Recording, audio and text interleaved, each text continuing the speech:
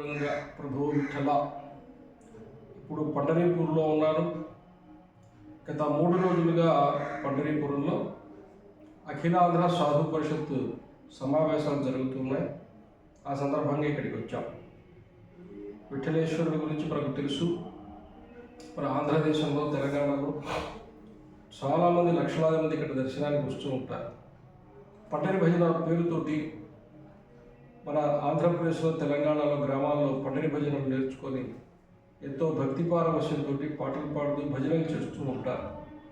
ఈ పండరీపురానికే మహారాష్ట్ర నలుదిశల నుంచి లక్షలాది మంది భక్తులు నడిచి వస్తూ ఉంటారు. ఆ విధంగా ఇక్కడ పాండురంగడు ప్రత్యక్ష దైవంగా కొనియాడబడుతున్నాడు, కొలుస్తూ ఉన్నారు. ఈ పాండురంగడి సన్నిధిలో, ఈ పండరీపురంలో శ్రీ విఠలేశ్వర నిత్య అన్నదాన సత్రం అని చెప్పి ఇప్పుడు నేను ఉండేటువంటి సంస్థ ఉంది.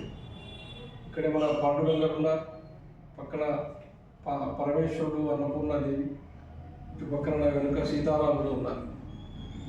ఈ పైన ఇంకా అన్నదానం చేసేదానికి ఒక పెద్ద గది, ఇంకా అనేక గదులు వసతి ఉండడానికి ఉంది.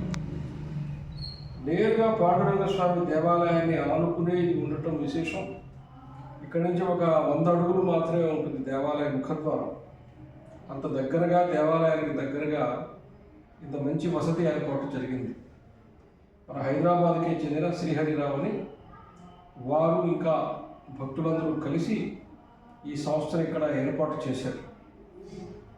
దీన్ని మన శృంగేరి జగద్గురు శంకరాచార్యులు స్వామివారు వారే స్వయంగా దీనికి ప్రారంభం కూడా చేశారు.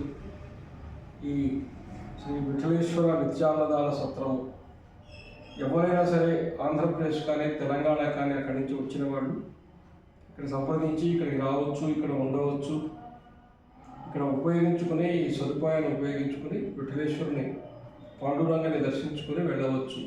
ఒక మంచి వ్యవస్థ దేవాలయానికి పక్కనే ఉంది. ఇది మనది, అందరూ కూడా దీన్ని విరివిగా వినియోగించుకోవాలని చెప్పి ఇది అందరికీ తెలియజేయాలనే ఉద్దేశంతో ఈ వీడియో చేస్తున్నాను. జై పాండురంగ ప్రభు.